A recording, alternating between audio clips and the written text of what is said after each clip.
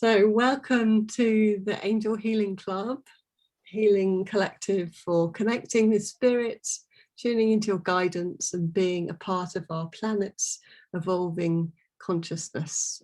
My name is Ameelie von Herrick. I'm a transformational life coach, intuitive healer and shamanic journey guide. And we're here for the Ayurvedic art of building ojas. And so what are ojas, you might ask? So according to Ayurveda, ojas are a special substance in the body, really the life force of the body that governs aging, immunity, reproduction, mood, sleep, having radiant skin, your digestion, importantly in Ayurveda, spirituality and physical strength, so many things. And it's both a physiological substance and it's celestial, so it's got this kind of mystique to it, and it's a liquid substance that predominantly dwells in the heart, but it also circulates everywhere else throughout the body to maintain life's activities. And so I'm going to tell you more about it, but just to give you more of an overview of what we're going to do today is I'm going to talk about how signs of ojas may be depleted in the body. And please bear in mind when I say any of these things that obviously other factors of illnesses and things that you have going on can also affect your body. So I'm very specifically talking about ojas. So I don't want anyone out there getting worried of like, holy moly, I don't have sufficient ojas. This is just a guide to this incredible substance a lot of people haven't heard about, because in Ayurveda we talk about the doshas and all those other things. So I thought it'd be interesting to talk specifically about that. So we're going to look at, like, you know, what might be depleted and those kind of signs, how we can build up those ojas, and what food, particularly food substances, are oja. I'm going to keep saying this wrong, so you have to forgive me, everyone. What is oja building and what foods are oja building? I'll do a little guided meditation to enhance your ojas, and I also have a recipe to share, which is a lovely elixir, very delicious. So ojas are the first essential elements of the embryo, and they are also the most refined product of digestion. They are also, and this is where the celestial comes in, they are the physiological expression of pure consciousness. This incredible thing within us that actually exists in physical form, but also has this other essence, this spiritual essence to us in the body. How amazing. I get very excited about this. And so therefore, you know, this physiological and spiritual element is linked to our own well-being, our spiritual and our physical and emotional well-being. And it's the chief fluid. It's seen in Ayurveda as the chief material of the body that life depends upon, which is why I was talking about life, the life force. And another thing about ojas is that it's a bit like having a savings account, which is why I was talking about building and depleted oja. And so you can make withdrawals and deposits, and that's one way to think about it when you're kind of thinking about your lifestyle. And obviously the key to perfect health is, and aren't we always in flow with that, but the key is having a balance where you have a higher input than what you're withdrawing. So activities that reduce ojas are anger, having hunger for too long, so too much hunger for too long, especially if you do fast for more than one day. And again, just want to say, if that's something that you've been advised to do, just pay attention to what advice is right for you. But this is just talking about ojas, and what can happen is that it can deplete the ojas. And worry and stress, they also reduce your ojas. Grief can also do that. Physical exertion, which we don't really think about, like over exercising or not taking enough days to rebuild ourselves. Also excessive mouth breathing during exercise can reduce your ojas, and excessive amounts of orgasms. I think I would be happy if I was having excessive amounts of orgasms, but at the same time, we know it takes 3 weeks to build from having an orgasm. So it can definitely affect when you have too much sex. And that's not to have any judgment around if you enjoy having a lot of sex. That's obviously nothing there, but that's something that can reduce ojas. And the result of decreased ojas is, so these are signs to look out for, is dry skin. That's also, dry skin is a sign of being vata imbalanced. And I don't want to get into the doshas today of vata, pitta, kapha. You may or may not have heard of those, but just so you know that that's a vata imbalance as well. That's another sign. Having cold hands or feet, constipation, fatigue, anxiety, pain, mental fogginess, negativity, negative thoughts, a sense of loneliness or lack of connection, and a weakened immunity. These are all the results of having not enough in your bank account, your ojas account. So the more we live in harmony with ourselves and nature, the more it shines through our eyes, our skin, our subtle energy feels, the more we're building these ojas, which I'm going to get to in a minute. So through self-care and nutritional practices, those two are so key in how we maintain and build ojas. Everyone okay so far? Nodding. And so, how does the body make ojas? So, according to Ayurveda, the entire digestive process takes 30 days to complete, and nutrients for the body are used to build up the 7 major tissues of the body, which in Ayurveda are called dhatus. And I'll tell you a tiny bit about those in a sec. So it's this culmination of the process of production through those 7 tissues that enables ojas to be created. And of course, there are many factors, especially in modern day life, that can compromise or block its production. And so how do these 7 body tissues get depleted? Let's see what I want to share, because if it's too much detail, you can let me know, but I'm a detail person, so I was like, I'm going to share this. So the first layer, which is called rasa, and that's the lymph. So when you have stress, it releases the fight flight hormones that have acidic waste products, and that excess of acidity causes lymphatic congestion. And so a way to overcome that, and I definitely recommend with any of these suggestions that I'm making, that you would check in with an Ayurvedic practitioner. But the practice that I learned in India was that you can de-stress and improve your lymphatic drainage with self-abhyanga, which is the name for self-oil massage.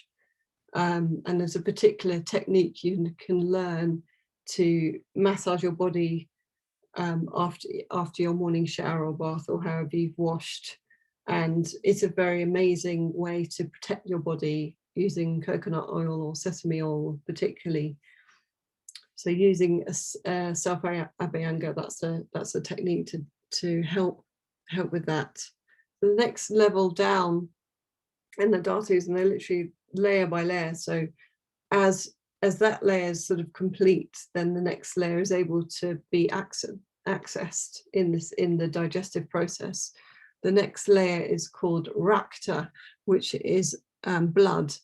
And so inflamed and toxic blood carries damaging, inflammatory and degenerative chemicals through the body. So you want to, that would be a more in-depth process, but liberating the toxic blood through what's called, there's a whole detox program. Oh, we have Lorinda, let's let her in. There's a whole detox program you can do, which is called panchakarma, and that way would help detox the body. It's many days of massage for many hours, different techniques, lots of herbalized oils. It's very amazing. So the next layer down is the mamsa, which is the muscle. So the mamsa that's the Sanskrit word directly taken from the Sanskrit Ayurvedic texts that still exist. And muscle, so having excessive exercise and exhaustion can deplete the ojas, and the way to restore that is again through abhyanga. So you can probably tell I'm going to be mentioning abhyanga quite a few times. That's the oil massage, which is very amazing, very medicinal, for medicinal herbs with oils, but you can use just plain oils, as I was saying. Next level down is the medha, which means fat, and excess stress can hamper circulation, leaving no nutrient for ojas. So it kind of gets stuck at that level, like it's not able to go down. If we're thinking about the layers of tissues, it can't access making ojas because it's stuck in that stress place. And most toxic chemicals are fat soluble, so they're often stored in the fat in times of stress, because the body's working on stress, it's working elsewhere, it's away from the vital organs. And so there are methods to increase your fat metabolism, and that can be through diet, but also through the detox program of abhyanga and panchakarma that I just mentioned. Next level is the asti, and that is bone, and chronic issues like osteoporosis can deplete the ojas, and these conditions can be caused by stress, lack of vitamin D and sunlight, poor ability to absorb vitamins, minerals and light frequencies. And the way to enhance your ability to absorb vitamin D is to improve your skin physiology through massage again. Self abhyanga, incredible medicine for all of us. It's not only helpful for protecting the skin, it's also helpful for having connection to the body. That's a very life enhancing thing to do, is to have self-touch on the body, like connecting to the body directly.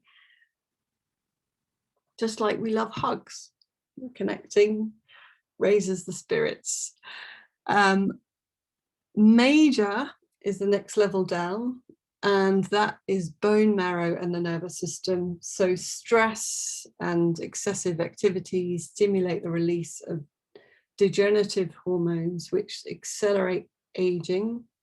They can invite chronic disease, fatigue, sleep issues, and many other things.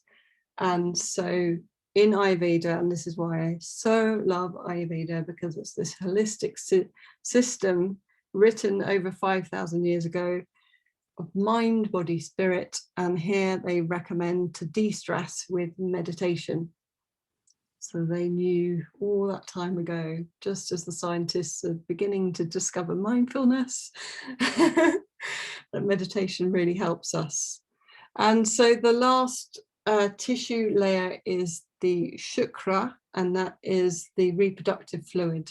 And as I mentioned, excessive sex will deplete this precious substance of ojas. And to rebuild those, there are things called rasyanas, and those are particular herbalized, actually they're herbal remedies, Ayurvedic herbal remedies that you can get recommended from an Ayurvedic practitioner, and golden milk, which is an amazing elixir. So I would imagine most of you have heard of golden milk. So there's the bad news. Now let's move on to the good news.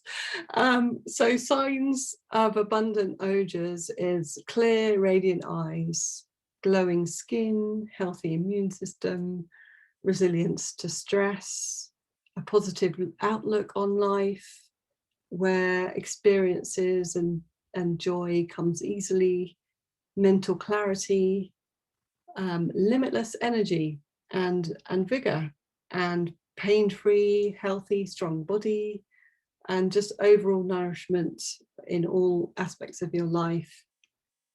And so to build that, that's what we want, to build those ojas, the ojas, because it's a the, not a those. You can, there are really particular things that we can all do. And let's see, sleep is such a key one, and many of us have sleep issues. I don't know if any of you here have them, but can be a challenge. When you do sleep well, the body can do the work that it needs to do, and it can help all, the emotions settle down, the stress settle down, and work on what is vital within the body, detoxing, all of those things. That's a very big key. Digestion is so key, and it's key across all Ayurvedic practice. That's actually the one message you can take from Ayurveda, is that if you have poor or weak digestion, then the rest of the body will struggle to do the work that I've just described in those 7 layers, those 7 dhatu tissues, the tissues. So the advantage of having these healthy ojas, enough in the bank account, in the oja account, is that we have all that vitality, and it really does build our inner silence. So it just enables us to connect to the body in a way that we can start resonating with the circadian rhythms, with with nature, and we are able to then thrive. When your body's under stress, the alarm bells will keep ringing, and the nervous system can really get activated, and this disconnects us from our true nature and from nature itself. So it really is an art, building the ojas, and eating a diet of fresh, unprocessed, whole foods that's appropriate to the season is really the key to it. And of course there are herbs in Ayurveda that help, which traditionally would be warmed in milk, and taken as a kind of sleep aid. We tend not to do that these days, but that is one way. Warm milk is incredible, and I'm going to give you a recipe shortly. So activities that increase the ojas are loving other people, hooray, laughing, performing activities that you're really passionate about, Giving to others in an unconditional way, not in a way that's either over-giving or there's kind of some resentment, like things that you really want to give to others. Yoga and pranayama. So pranayama is specific breathing practices that detox the body. So it's said that 90% of detoxing in the body is through the breath. So when we learn pranayama, it's so powerful because you're doing this detoxing, you're helping your nervous system come back into the parasympathetic state. Yeah, amazing, amazing, amazing. Meditation, as I already mentioned, is an incredible way to increase your ojas. Being in nature, hooray! And proper sleep, as I mentioned, and food. So I want to tell you about foods, because it really is like the first thing you want to start with if you're starting to pay attention to your vitality. What you eat just affects everything, according to Ayurveda. So having what's called a balanced Agni, and Agni is the digestive fire. So that's what I was saying, is that digestion is key to Ayurveda. They could talk about Agni all the time. So that's strong digestion. And some foods help, and some food combinations help more than other food combinations. The time of day that we eat, the amounts that we eat in the morning, in lunchtime and evening. And of course, we're all different. And as we are adults, we actually, it's said we need less food. So eating twice a day is seen as healthy. But again, it's so important to listen to your own body and see what she or he needs, rather than taking the advice from the internet or anywhere else, because your body will tell you what you need if you tune into it. So particular foods that are ojas building are dates. Dates are incredible. And there's a lovely little tip I can give you about dates. If you combine, you soak dates in ghee. Put your hand up if you don't know what ghee is. I imagine most of you do, but let's just see. Yeah, I'm getting some nods there. So you soak dates in ghee, and the way you do that, so you remove the pits and pour ghee over them and soak them for 2 weeks, can be more. And they're like a delicious snack, I can tell you. It's absolutely yummy. And you can just keep them in the dark and they'll last forever almost, so for a really long time. And what they're really good for is whenever you're entering a stressful time in life or your energy seems depleted, take one of those, try it out, experiment, because yeah, it's a delicious treat, and like the top of the ojas list of foods is dates and ghee. So raisins are also amazing, almonds, cashew nuts, figs, sesame seeds, pumpkin seeds, oils like coconut, sesame, olive and almond, all excellent.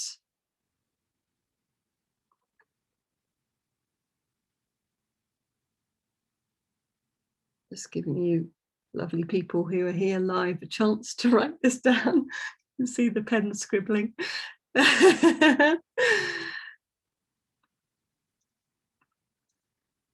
And coconut milk or coconut water, cow's milk, which I want to revisit because there's always some interesting conversation around cow's milk, and I have a few things to tell you about that.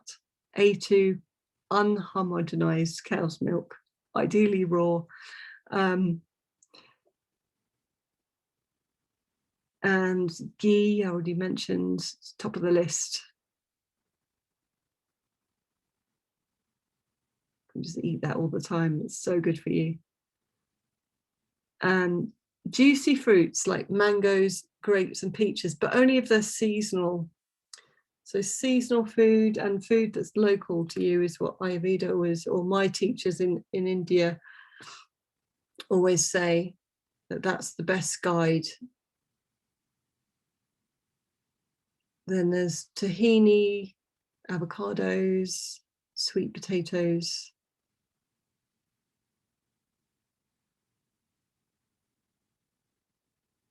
And whole wheat, but it has to be non-GMO and organic, really. Rice, quinoa and oatmeal. And those things, so these are great for ojas building. However, if you have some imbalance of vata, pitta or kapha, you need to adapt for that. And it's very specific to your constitution. And the practitioner could help you with that, especially if they take your ones that take your pulse as the people to look out for, because that's a real art and a skill. Then there's mung dal, excellent. And I would say second to ghee, at the top of the list is honey.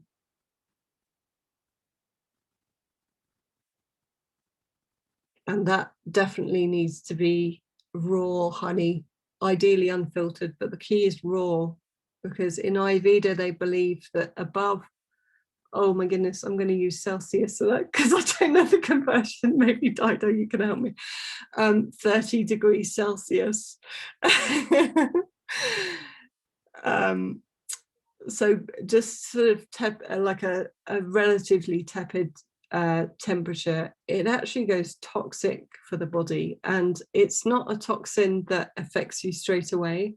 It's a toxin that happens over time, that because the body actually can't digest it when it chemically changes, when it heats up, it changes and it's kind of gets stuck. And so in Ayurveda they say don't heat your honey, which is hard when you like granola, but that's the advice. And finally, saffron, also Ojas-building.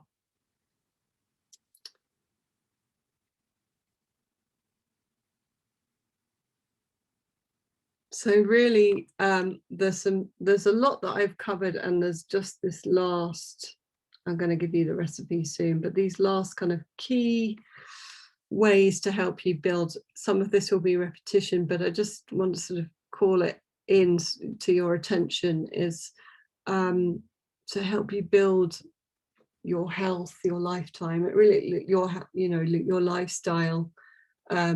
The best things you can do are have strong digestion, so strong, what we call Agni, digestive fire. It's absolutely critical to health, which allows you to fully assimilate the prana, so the life force and nutrients from your food, so you get the most out of it, which gets sent to all the body, the 7 layers of the body tissues, including those that create the ojas. And to maintain strong digestive fire, strong Agni, there are daily practices that you can do, such as chewing each bite until there's no solid, which we often forget to do. It's so easily done. We have a fast-paced lifestyle, and when you start to slow down and chew each bite slowly and fully, it really helps the body, and you really get more nutrients in you.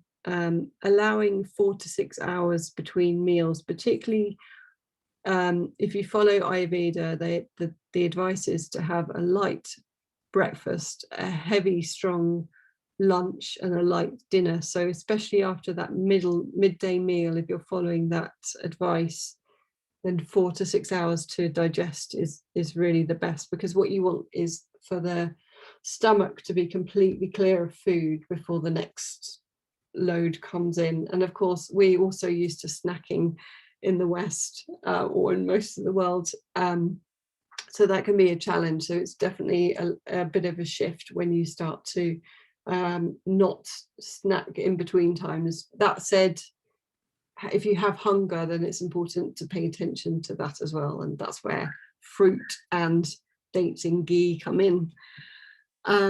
So also enjoying your food is really important, because we have so much pressure in Western society of how we're supposed to look and how we're supposed to be, what we're supposed to eat, and it can take the joy out of eating.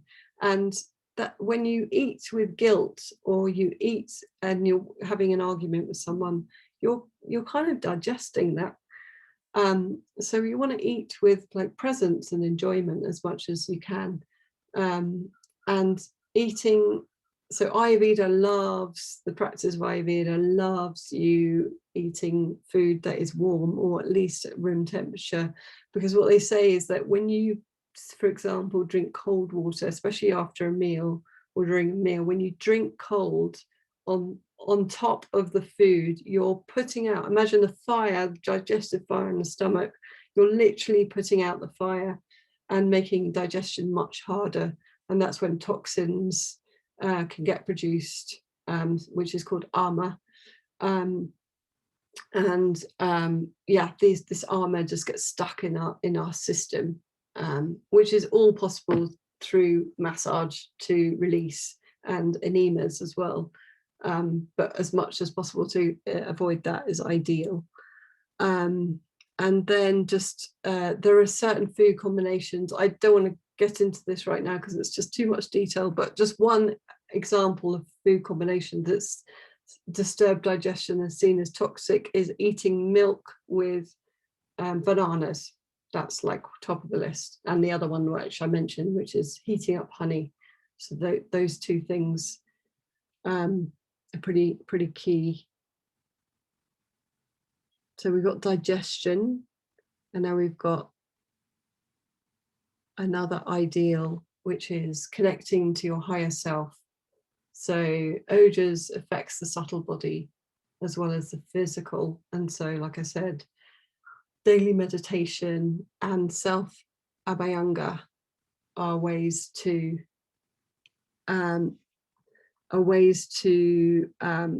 like really assist with that side of your well-being. And we've just got a question, which is why I'm pausing.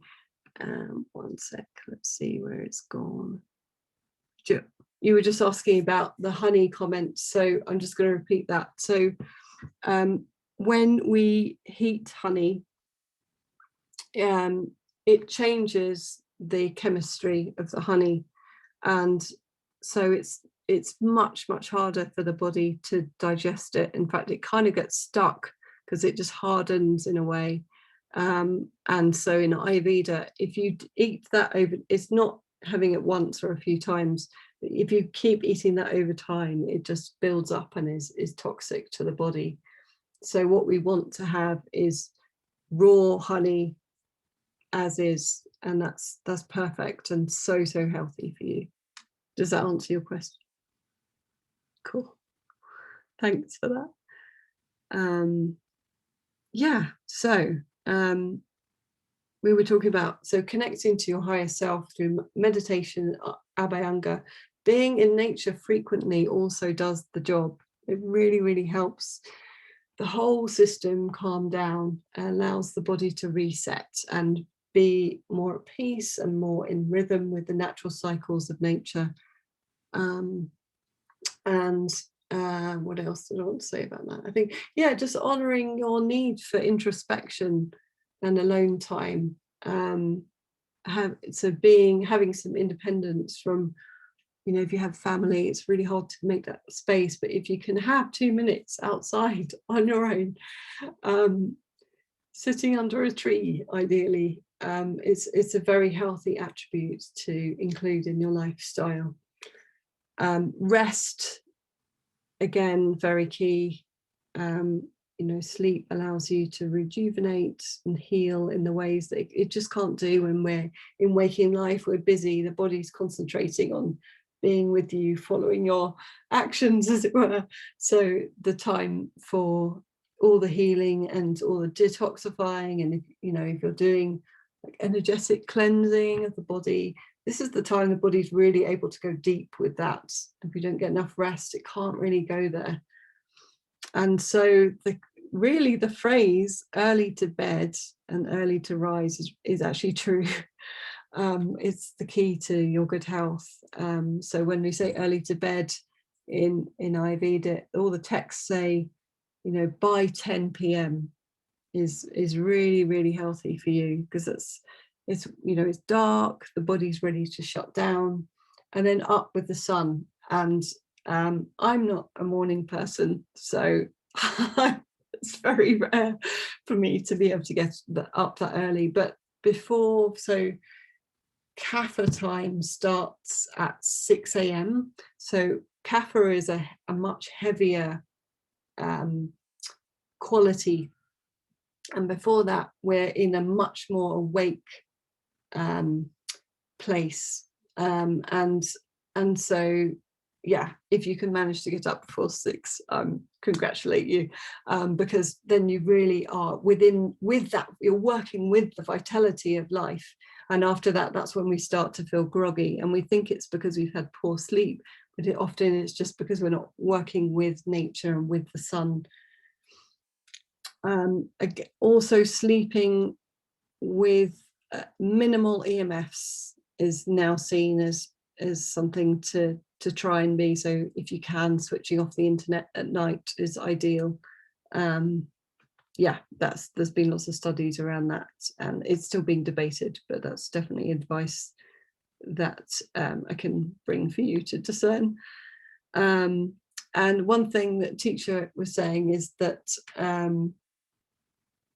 the sleep you receive before midnight is twice as valuable as the sleep afterwards. So that's why they're really recommending early sleep.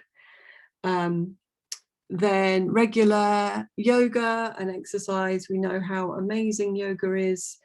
Paying attention to your body, of course, because, you know, there are yoga practices that maybe aren't so good for your body. So really connecting into what's right for you, not overexerting yourself, but that's going to do more damage. But this really, you know, that body-mind connection builds those ojas. And yogic breathing, I already mentioned, this increases immunity and nourishes all the dhatus, all the tissues, and just keeps all the doshas in balance.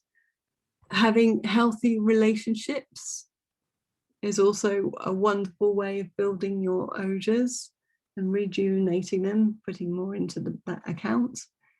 And having good thoughts and avoiding self-talk. So just having awareness. I would say conscious awareness.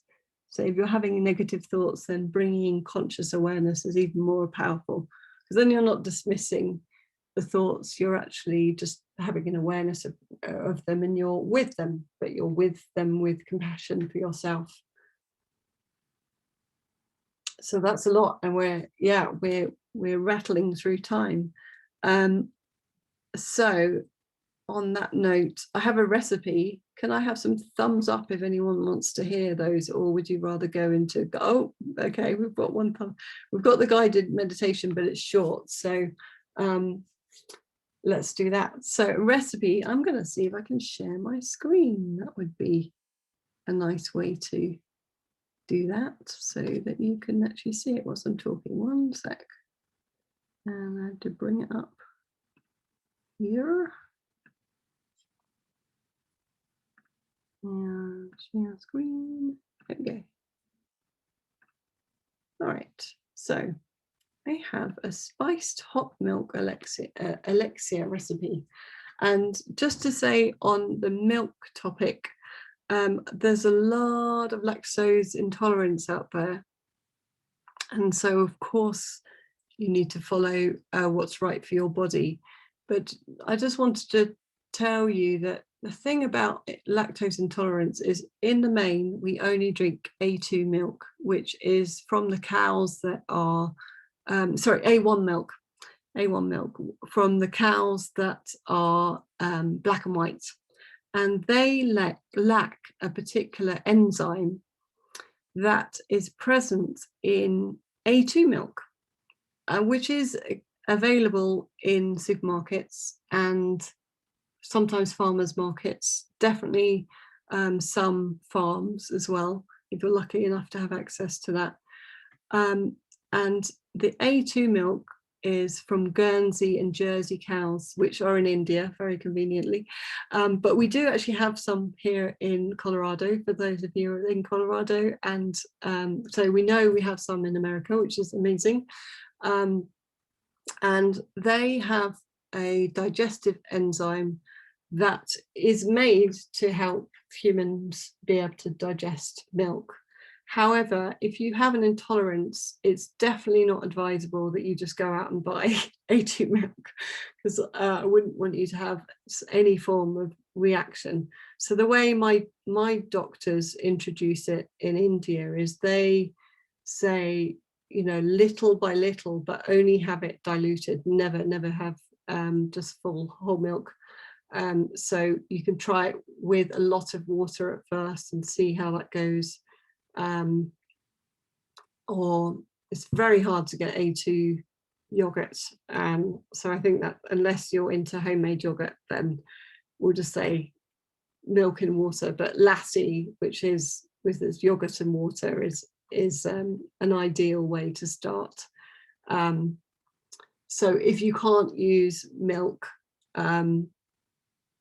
then I would say that freshly made almond milk is the closest you're going to get to this Ojas-building recipe. And you could also try coconut milk, again, just as fresh as you can get, which coconut milk's more of a challenge, but yeah, you can give that a go. So for this recipe, I'm just making that point around milk because I know there's lots of discussion, and the thing about milk is that it just has so many qualities that no other food has. It's a very special substance, as is ghee. And interestingly, just to tell you about ghee, is that it changes, the chemicals change when you make ghee. So ghee's obviously heated up, and that chemical reaction means that nearly everyone is able to eat ghee that is from A1 milk. So for this recipe, we have a 3/4 cup of unhomogenized cow's milk, either ideally A2, but whatever equivalent, and 3/4 cup of water.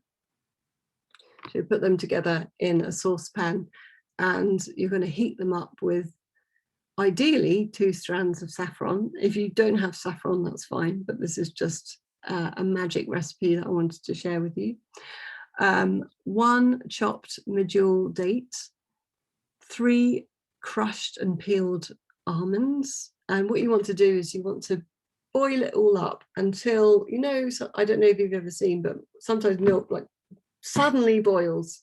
And so that's what you want. It's right to the edge of as if it's going to overflow, and you turn the heat off when it does that and you take it off.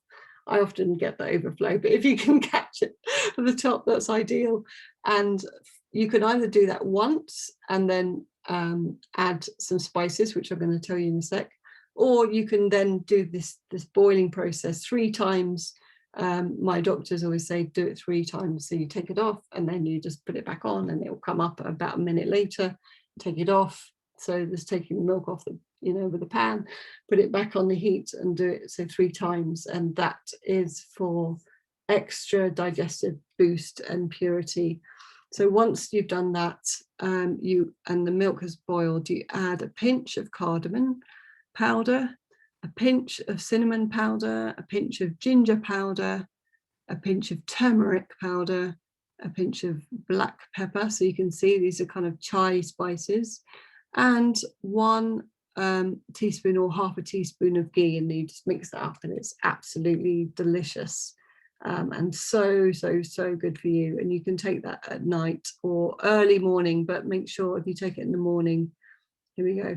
So if you take it in the morning, then you want to have about 30 to 45 minutes before you eat any food, ideally. And yeah, it's said if you take it for 3 months, you're really going to rebuild your Ojas level. and support your sleep if you take it at night to help with your sleep. And you can make this after dinner, but make sure you wait 45 minutes to 60 minutes after dinner before having that, or 45 minutes to 60 minutes before bed. So you don't want to be digesting whilst you're in bed. So that's the recipe. I'm going to stop sharing and let's have a look. Ooh, we have 12 minutes left. Let me just close this file down and let's see, let's pause for anyone got any questions? All good. Okay. So just briefly, I thought it would be fun to have a little guided meditation because it was a lot of information. And so we're kind of high in our heads, and there's also a lot of information of like, oh, this is bad and this is bad. And so let's just come back into our bodies, our amazing, amazing bodies, and that already have the intelligence to heal and support us. And but why not also enhance the ojas right now in this guided meditation? So if you're ready, just invite you to close your eyes. And this guided meditation you can do next time you feel depleted. Instead of reaching outward for comfort, you can draw in, do this meditation. If you feel drawn to, you can lie down. And this is really a practice to feel sensation in your body, turning inwards and letting any stagnant emotions just rise to the surface. The purpose of this exercise is to help you feel strength of your energy reserve. The amazing ojas that we all can have within. So just making sure that you're feeling into your full body, feeling your sit bones against your seat. Your feet, if they're on the ground, just feeling the sensation, grounding into the earth. Just calling in any guides and angels. Inviting in the Angel Healing Club. Angels, thank you for being with us. A short guided journey, supporting our healing and our processing. So just invite you for a few minutes to take some deep breaths. You can breathe with you. Do the deep belly breaths. And breathe in, you can breathe in Earth's energy. And you can let that outside, that feels good to you. Sounds are always so nourishing for the body. So often we hold those sounds in. Taking another deep breath.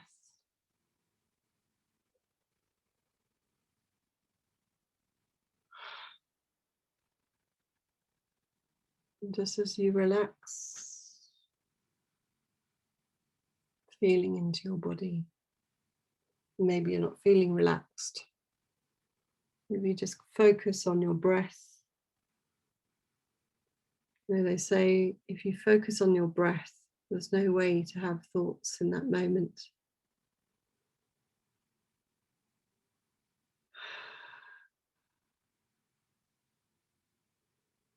So you want to allow your breath to deepen and smooth out. So any kinks, you might notice it's harder to breathe in right now. It's been a stressful day, busy day. You can just allow that, but just set the intention of a smooth breath, relaxing breath.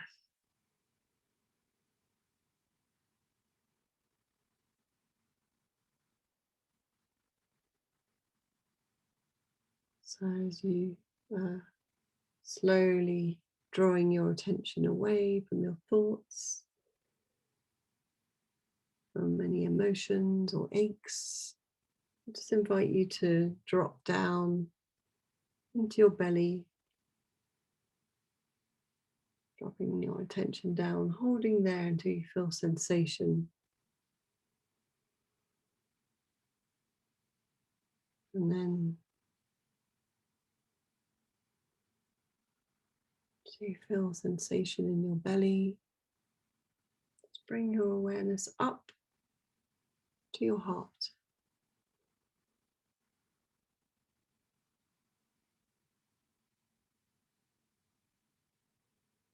And feeling into your heart. Beautiful, beautiful heart. Space of love, connection to the connection that we have as physical body, spiritual essence. And just invite you to remember and recall a moment in your life when you felt very deep love. Might be it love for someone you absolutely adore in your arms, hugging a child or a parent hugging you, being with your pet or your teddy bear, seeing the sunshine, being in nature, seeing a beautiful landscape, whatever it is, just recall that moment. Could be a time when you felt really vulnerable.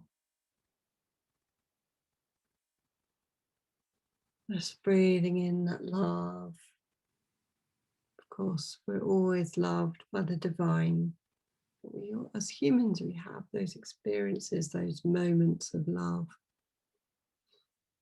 which you can hold in our heart.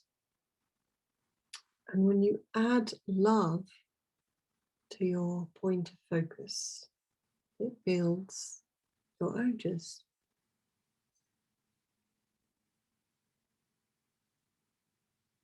So bringing that moment, that memory fully into your mind. Just notice where the sensation of love is in your body. Where is it? Just allow this sensation to move a little. And see it expand across the whole of your body, and permeate into every cell of your being, every cell. So when you grow the feeling of love inside your body, you boost that power that enables you to remain strong and resilient and wise in the face of any heartache and illness. It enables you to change, just enabling you to feel that expansive love in all your cells, your body. Just relax in this loving container, this loving space, your amazing body. And watching how a human over and over again will catch it and then we'll lose it. Again, that feeling of love, that recollection fills our hearts and then we lose it. So just bringing back and refocusing the experience.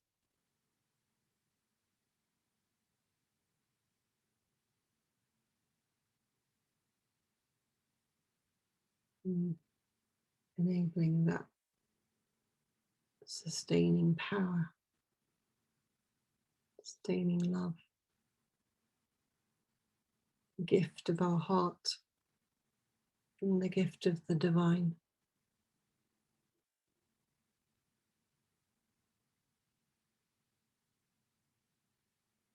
And don't worry if you weren't able to connect in that way today.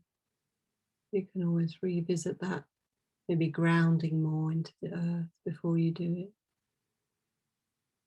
Connecting deeply to your angels and guides. Either way, just know that you're building and you're taking care, and so grateful to you all, investing in yourselves. It helps everyone in this earth, this time. So just inviting you to thank your body for its innate intelligence and healing power. Thank the Ojas. Thank your guides and angels.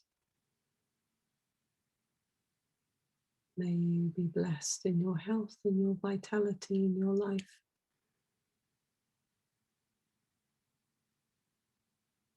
Thank you. And so it is. Slowly, very, very slowly, maybe taking a deep breath first. And just invite you to open your eyes before we close.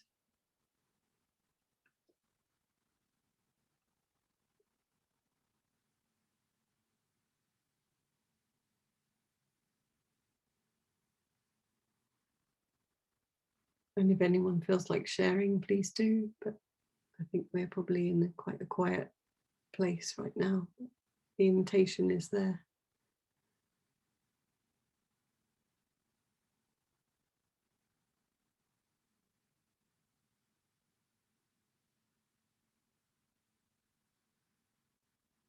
All right.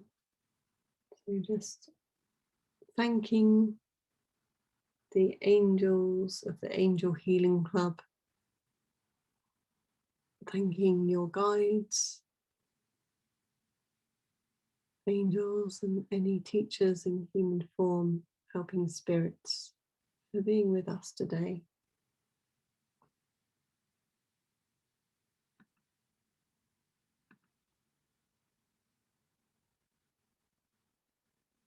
And just to say, have a blessed week. And I'm just seeing that we have one comment, one share, which is lovely. Thank you so much. A good source of inexpensive saffron and other herbs is San Francisco Herb Company, sfherb.com. Wonderful. Thank you for that. Lovely. Thank you, everyone.